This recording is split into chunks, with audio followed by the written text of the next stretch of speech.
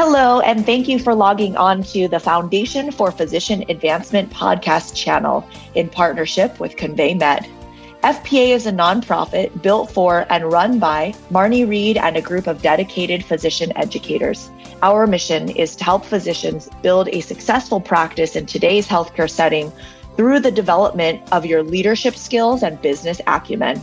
I'm Marney Reid, Executive Director, and we hope you enjoy today's discussion.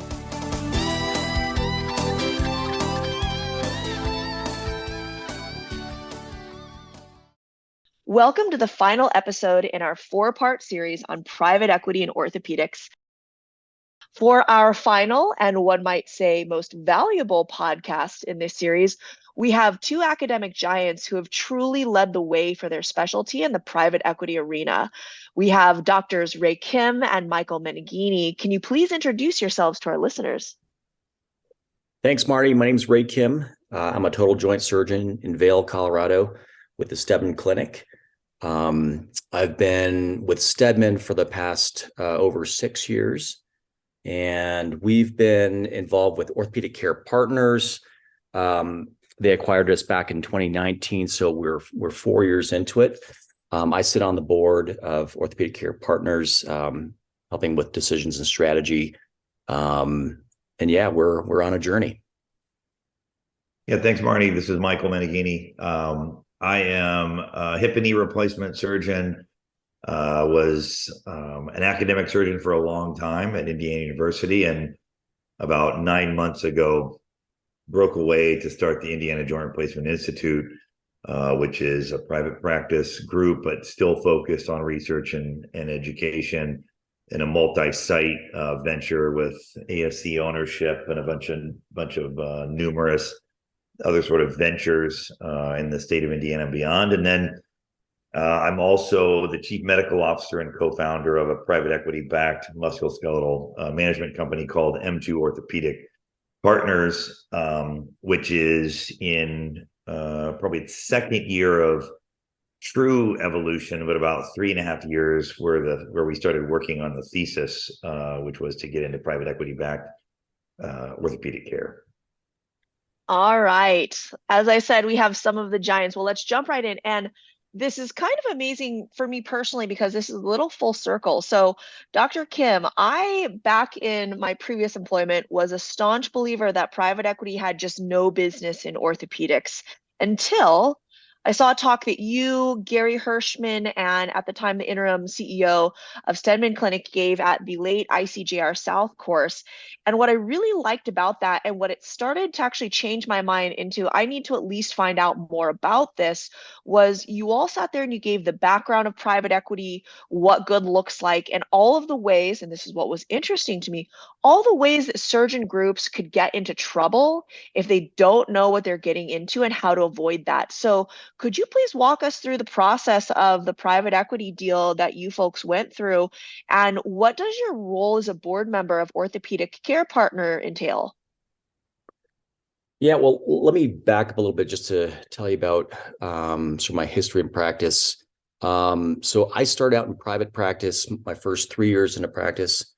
For the next 7 years, then was a hospital employee of a large system here in Colorado, and then went back into private practice with the Stedman Clinic. And again, that was 6 years ago. We actually weren't really looking to engage with private equity, but it kind of stumbled upon us. They approached us back around 2018, and that's when we began our process. I would say we had some headwinds just being out in the mountains here in Colorado. There were a number of large entities from what we call the Front Range, which is Denver, moving westward. That included a big university system, multiple big health systems, and then to the west of us, we had another large system that was trying to move eastward out from Utah. So we were kind of the battleground, facing multiple systems that were trying to pick off the mountain region. We also faced, just like probably everybody else in the world, rate compression. So we could see that reimbursement was going to go down and has continued to go down. So it made sense for us to join with an entity that could help us grow, help us compete. So we entertained a number of different suitors. You talked about things we had mentioned in our conference before, some of the pitfalls. Everybody wants to get the most amount of money out of their deal. And for us, we actually turned down deals that offered more money. For us, it was just having the right fit with a partner that understood our culture, allowed us to maintain our autonomy, and understood our strategy to grow. So that's how we ended up with Orthopedic Care Partners, who's backed by Varsity, and it's been a great 4-year relationship. I love that. And I think, we talk about the role that private equity and why groups would even talk to private equity. And it's various. It's everything from an offensive to defensive move to a strategic move. So Dr. Meneghini, as someone at the forefront of research, it comes as no surprise that you'd be leading the way for academics engaging in the private equity world. Can you share your experience with PE and why you chose to take on such a big role with their PE platform? Yeah, thanks, Marty. That's a complicated question and probably a more complicated answer. So I think, if you look at private equity and you go back about 5 years to all the things that Ray mentioned, which is, all the negative things, which are pricing pressures, professional fee erosion, both from the government and payers, and a shift into the facilities with increased reimbursements, et cetera. You see the fact that market consolidation was going to certainly continue and happen probably at an accelerated rate. Now that was even before COVID hit, just before that, if you will. But you could look at private equity in one of two ways, and I think you and Ray both hit on it. One is the negative, which is we have to do this because in order for us to survive, it's more of a survival thing. At the second aspect of it, the second part of it, you can say, well, I'm going to do it to go on the offensive. I think one of you said that, which is I'm going to use capital as a way to grow, and I'm going to use it in a way to compete and dominate. And it depends on, kind of sometimes the way you approach life. And I think both of those are true. As my personal role is I was looking for leadership, being in academic medicine for a long time. I love research. I still do. I love clinical research. But I was beginning at that point in my career to look at leadership, leading teams, doing growth and development. And I realized really quickly that I like being part of growth companies. So same thing occurs. It's the same way. I'm a consultant for hip and knee replacement device manufacturers. And I like being with smaller growth companies. I like the fast pace. I like the nimbleness. And emerging 5 years ago came this concept of private equity and capital infusion into market consolidation. And if you look at, quote unquote, academics, what you see in hip and knee replacement, and quite frankly, many orthopedics, and Ray's group is a perfect example of this. Many people refer to the term as privatedemics. What that basically means is in orthopedics, you can do academics if you have a commitment, you have a philanthropic slant, and your members in your group are okay with contributing to the research component and the research mission with their financial dollars. But if you do well financially in the private practice world and in your enterprise, you can do a lot of academics. And so that's, orthopedics is pretty unique in that regard. So I was looking at it saying, okay, well, I'm going to stick in the strict academic world, which you associate with large universities, really sort of you're going to have to innovate in a much more restricted way, which is going to be, clinical research, basic science research. And when you do leadership, you're going to do things like climb the ladder and go to be a chair or something like that. Or you could do something like this, which is higher risk, potential upside is bigger, and it's really much more fast paced. And so I was just attracted to it. And now that I've been in it for, almost 4 years, I'm thrilled with what I did. At the same token, that risk creates a whole avenue of things that we'll talk about, I'm sure, the rest of the webinar or the podcast, and what we all feel, which is who saw COVID coming. So now you take private equity and capital infusion, you look at things like the debt market, you look at things like interest rates, and and how you get capital, and things have gotten even more, more interesting, if it will. So it's been a lot of fun. I've learned a ton. But I personally think it is the way forward for groups like Ray's, for groups like mine that are now outside the academic university. Maybe the big, huge groups, we know some of those that are forming these mega conglomerate groups, but they'll have their own issues because they're just, they're behaving in a different way than we are. So it's going to be an exciting time for the next few years for sure. Something to hit on that you both mentioned in various forums is strategy. And I'm, someone that's ran strategy for a couple of, different large scale companies. I like the idea of people, especially surgeons, negotiating from a place of strength. And that's one of the things, at a recent IOEN course when Dr. Kim was moderating a private equity panel and said, how is this going to be different than, dentistry or derm? I don't know that there's going to be any difference. It's who decides to take a seat at the table from a place of strength, or do you wait until compression, reimbursement rates, you've got the hospital system that's gobbled up all of the primary care referral sources around you, and now you're negotiating from a place of weakness. And when you negotiate with very savvy business people, from that stand, you're not going to get that strategic partner. You're not going to be able to take the time that Stedman did to really assess, who is the cultural fit. So I love that both of you as academics decided to be on that, we'll call it the early adopter, maybe even innovator on that early adoption curve.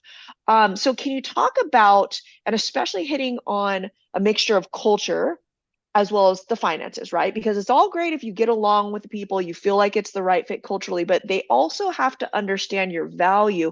Can you both talk about how to assess the right private equity partner? Yeah, it's a great question. I think we always use the analogy of dating or marriage. I mean, there's so many subjective things that allow you to identify with the right partner. For us, it was the quality of care, our high standards for outcomes, our autonomy in making decisions. We really didn't want an entity that was going to roll in and start just changing how we ran our practice or ran our clinics.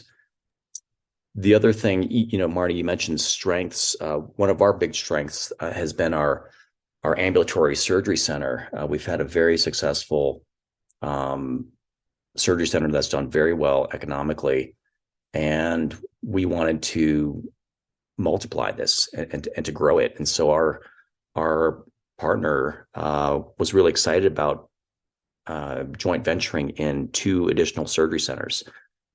For us in the total joint world, it's been interesting. Just in the past recent years, everything has gone towards outpatient joint replacements. So it used to be, I remember, Michael and I, we were back at the Mayo Clinic and we had patients in the hospital for 4 to 5 days.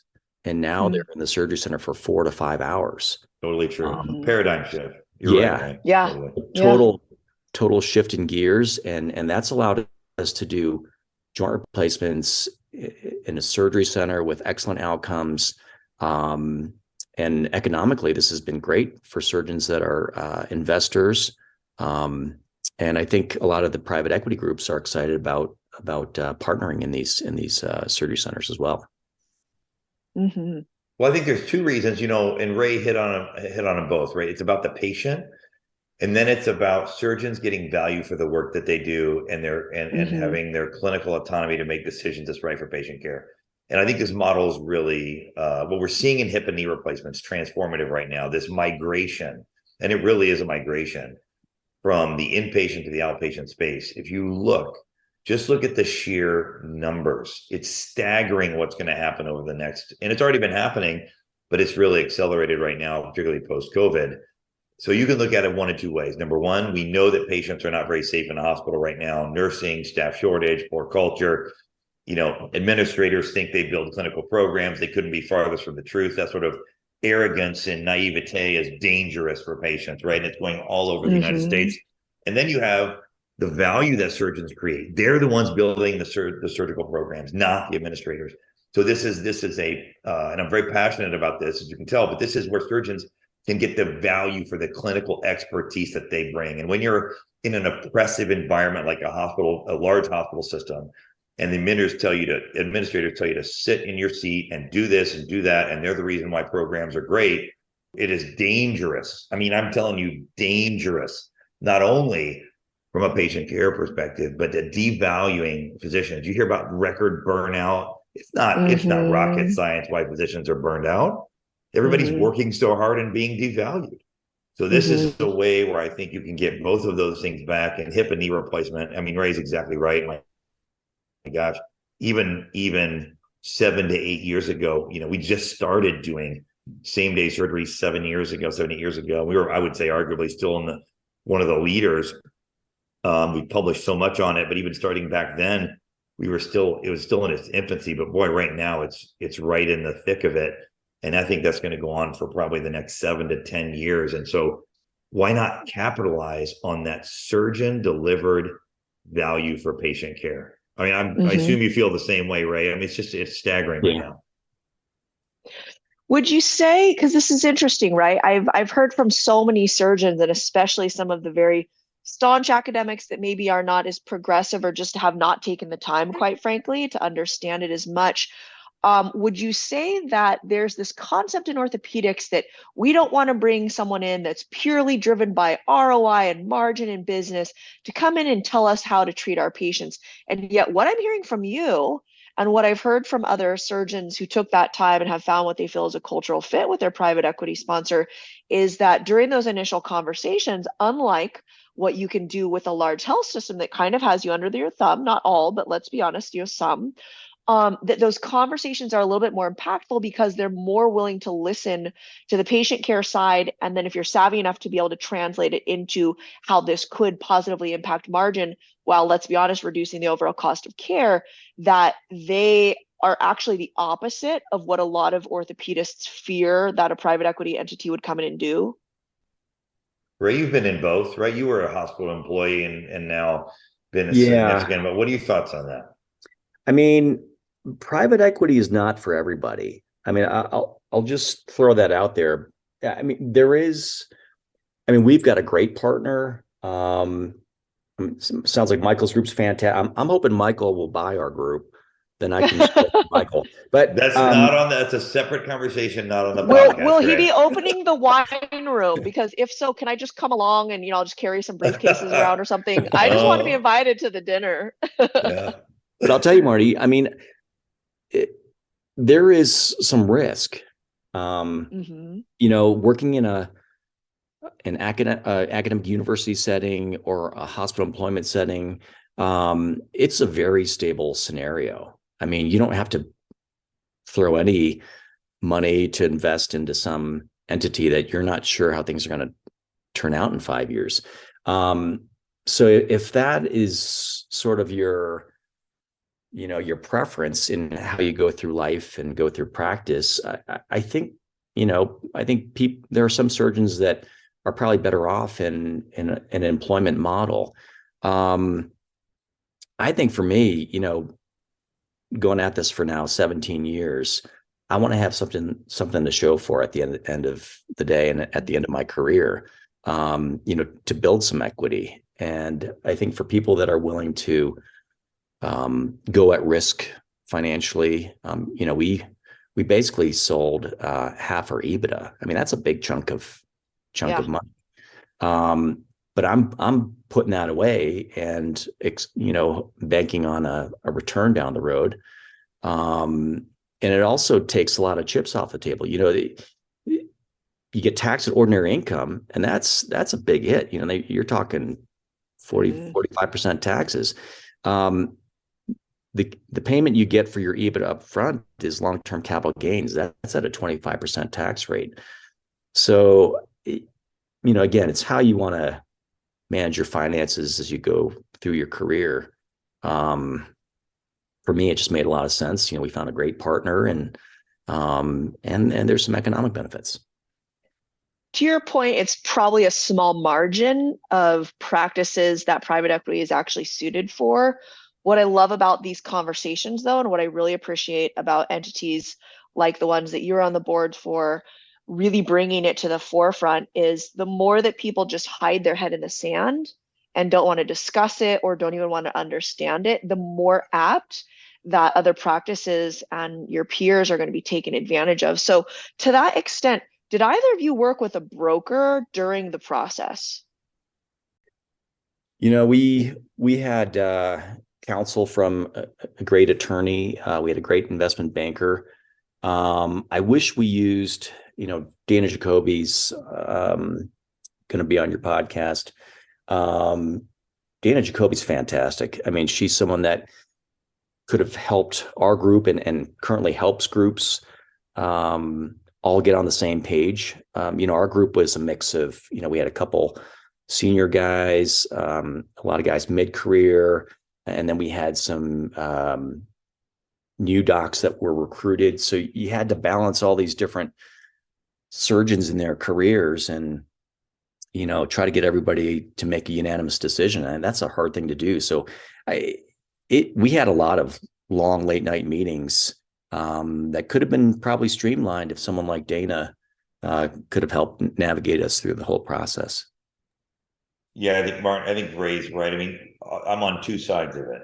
So Indiana Joint Replacement Institute, which is only 9 months old, is actually going through it right now. But it's an interesting thing because I'm going through it myself because it's our entity's the one acquiring it. So I actually, truth be told, I just talked to Dana today, getting her advice about some of the concepts that we're exploring and how to frame how to really position the acquisition for maximal benefit on both sides, really, because it's a unique thing. I'm on both sides of this equation, trying to do what's right for Indiana Joint Replacement Institute, and also trying to do the long-term viability, sustainability, and also do what's right for M2OP partners. So Dana's company, Vector Medical, I think they're great to have someone like that, because if you go into this blind, it is such. This is what I would think about orthopedic surgeons, right? They're always very smart. They're well educated. The problem is they spend most of their time during the day doing orthopedic surgery.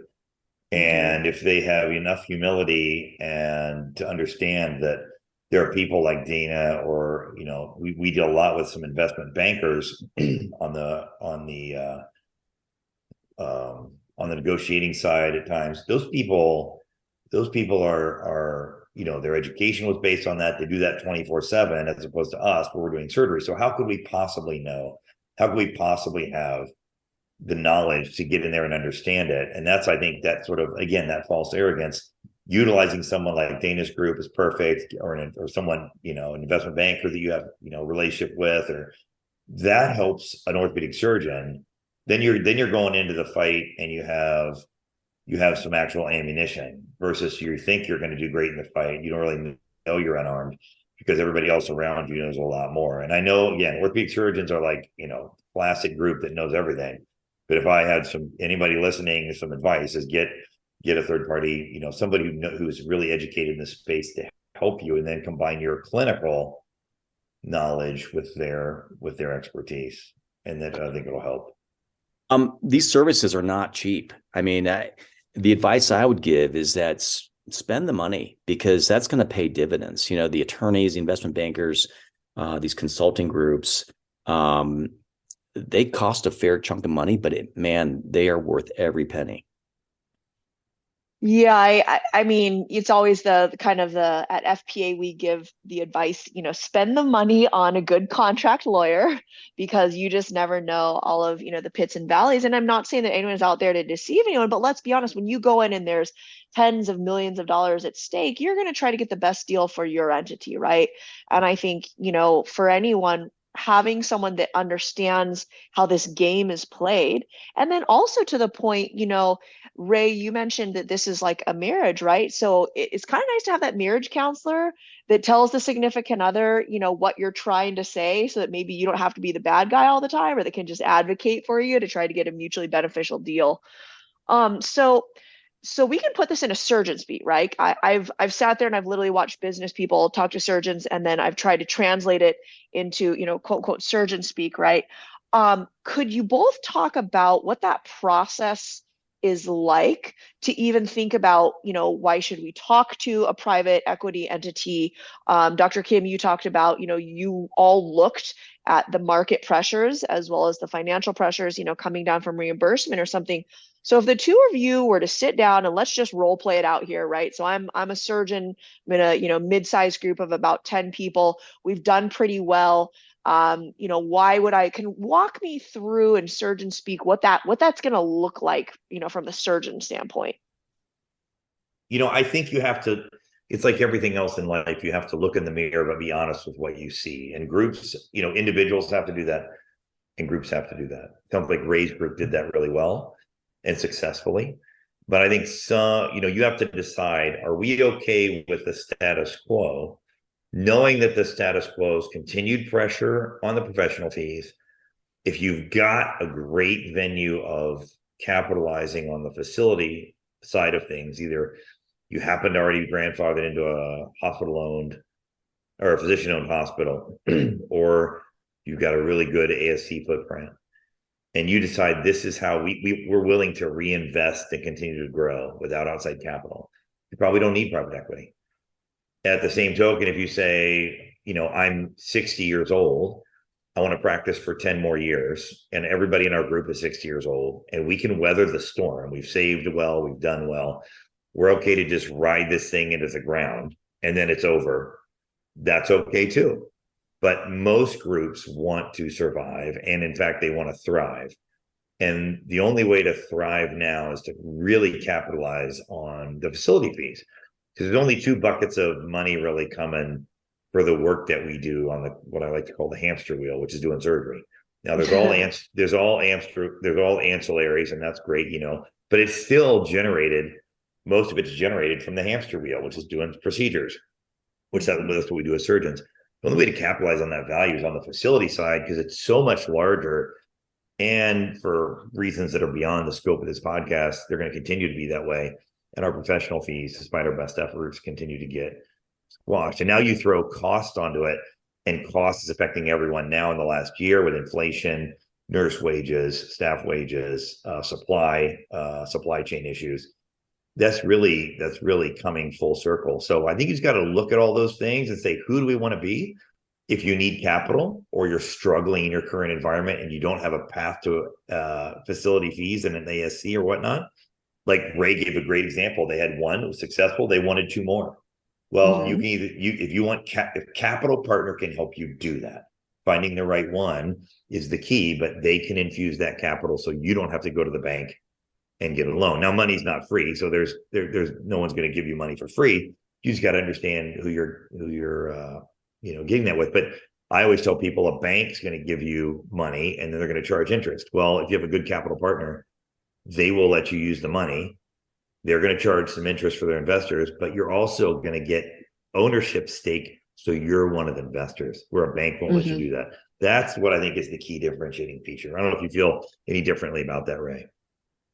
Well, one thing you said, Michael, that I think is wise is try to figure out what you want as an individual surgeon and as a group. I think there's going to be a lot of groups that are just content at just doing what they're doing, and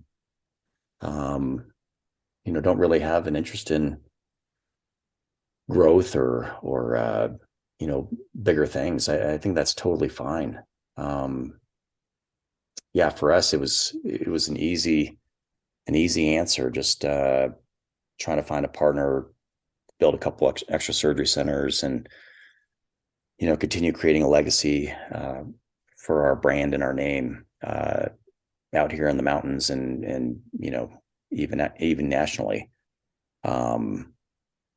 So yeah, I think to go back to your question, Marty, about like how would you go about trying to find the right partner? I mean, it's like dating. You're going to have to meet a number of different potential partners, and kick the tires, figure out what they're all about, and kind of what their culture's like, how it's going to affect your autonomy, your culture.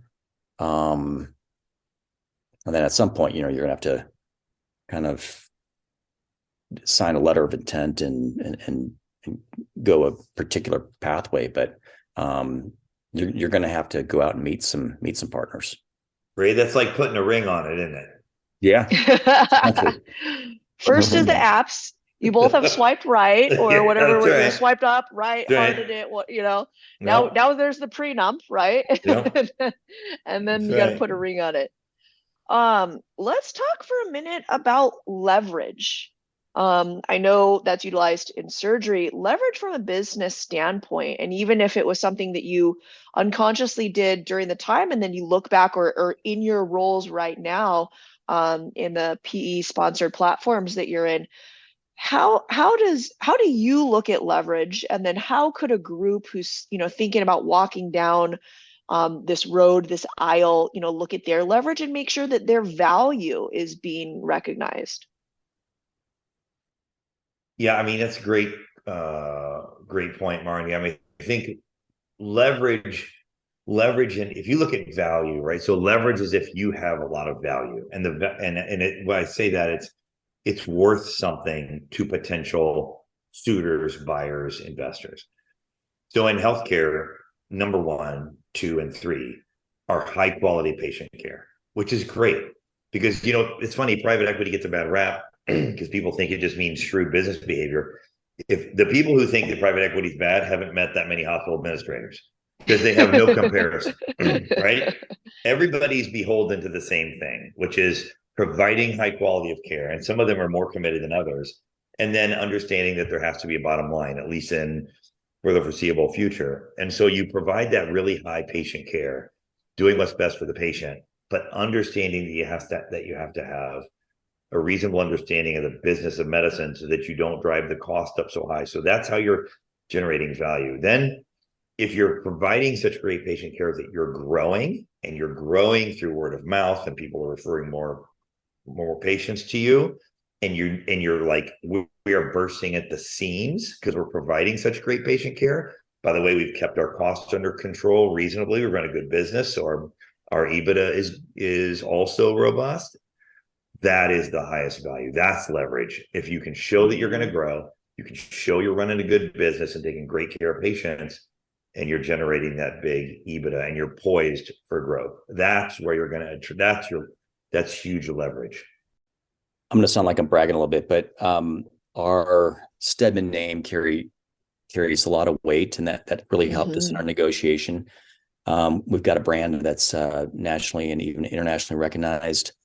As a sports fellowship program, I think we've got like 200 to 300 fellows that are out and about in the country, and that has actually helped us network with other groups that we've bolted on into the company.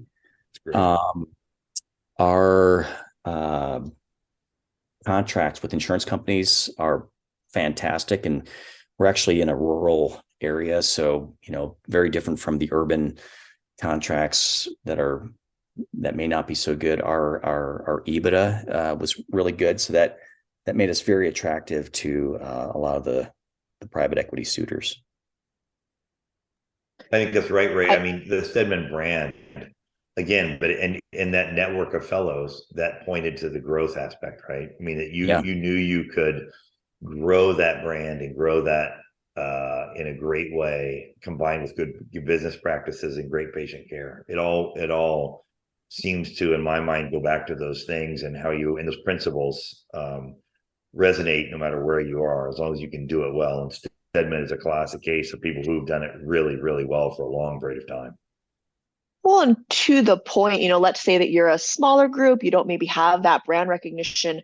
That may be a strong consideration when you're looking at how can I utilize our strong patient care, our outcomes, the fact that we've run a decent EBITDA in our smaller business, and maybe we look at being a tuck-in or a bolt-on to an organization like a Stedman, right? So there's different ways, whether you utilize your own leverage or you just do a good job vetting another company that has the leverage, and they also want to add you to the platform. So there's two ways to look at it.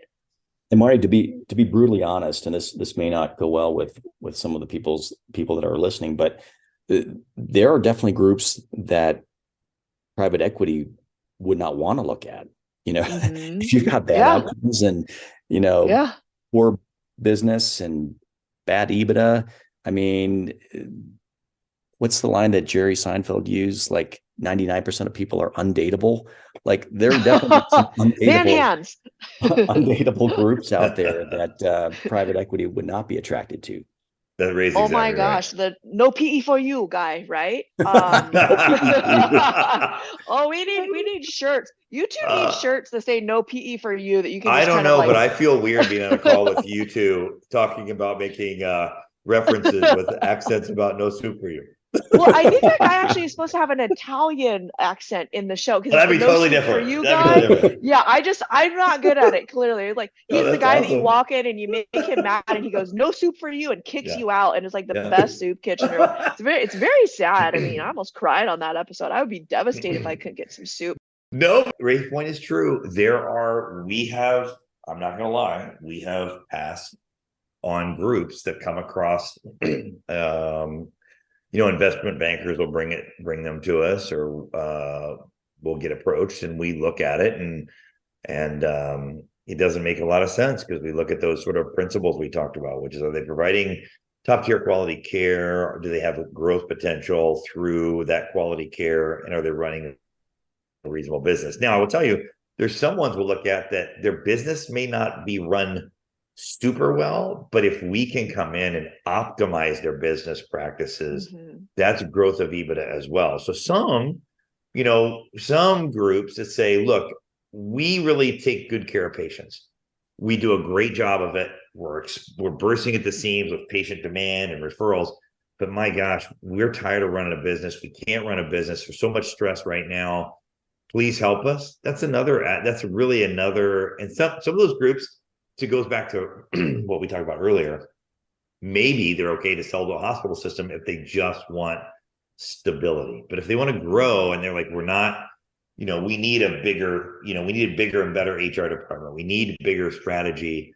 We need bigger marketing, and someone just to help us run the books better and run a better practice.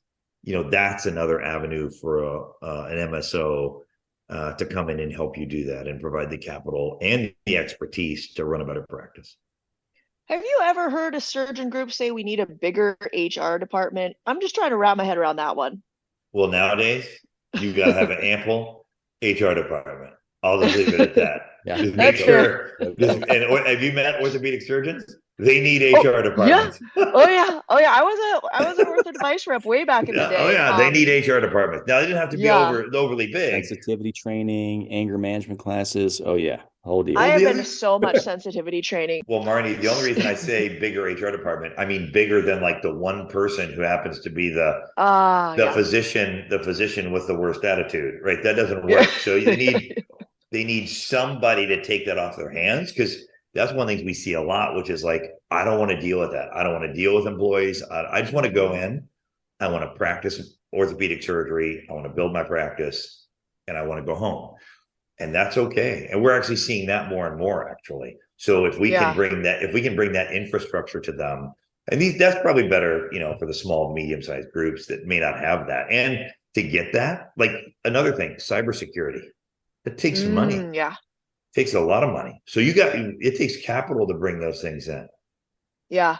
Yeah. I mean, and to your point, I think it's that mentality, right, that you both have touched on. Do you simply want to sustain and have a good life? And that's great. And that's suitable for employment. But if you want to leave a legacy, you want to grow, you want to take something, away, that you've helped build, then that's a consideration for this. So as we wrap this up, what is one or two bailout clauses or contingency plans that you feel passionately, from both sides of the table, that should be in place if doing a deal with a private equity backed platform? Yeah, there's a lot of basic things. I mean, like non-competes and non-compete radiuses and all the things that I think your attorney would help you work through. Those are all important. I mean, again, the big thing for us was just maintaining our autonomy. We're led by Dr. Mark Philippon. He's our managing partner. He calls all the shots. I mean, he's in terms of the way we practice, our clinical direction, our practice strategy here in Vail. Mark runs the show, and we didn't want to give that over to private equity. So that was one of the key things for us. Yeah, I agree with Ray. I mean, you got to have clinical autonomy in terms of a bailout. It's hard because it's like going into a marriage where you're already planning your divorce strategy. So I think to some degrees you got to protect yourself, but I hear so many people worried about the exit and if it doesn't work out, we're going to leave. Well, if you're that risk averse, you probably shouldn't take the plunge in the first place. Yeah. So, you should probably, That's fair. if you don't want to commit, I mean, you see that a lot now. If you don't want to commit, then then get married. And no one should be upset with you. That's your personal preference. And so there's a risk associated with partnering tightly with someone.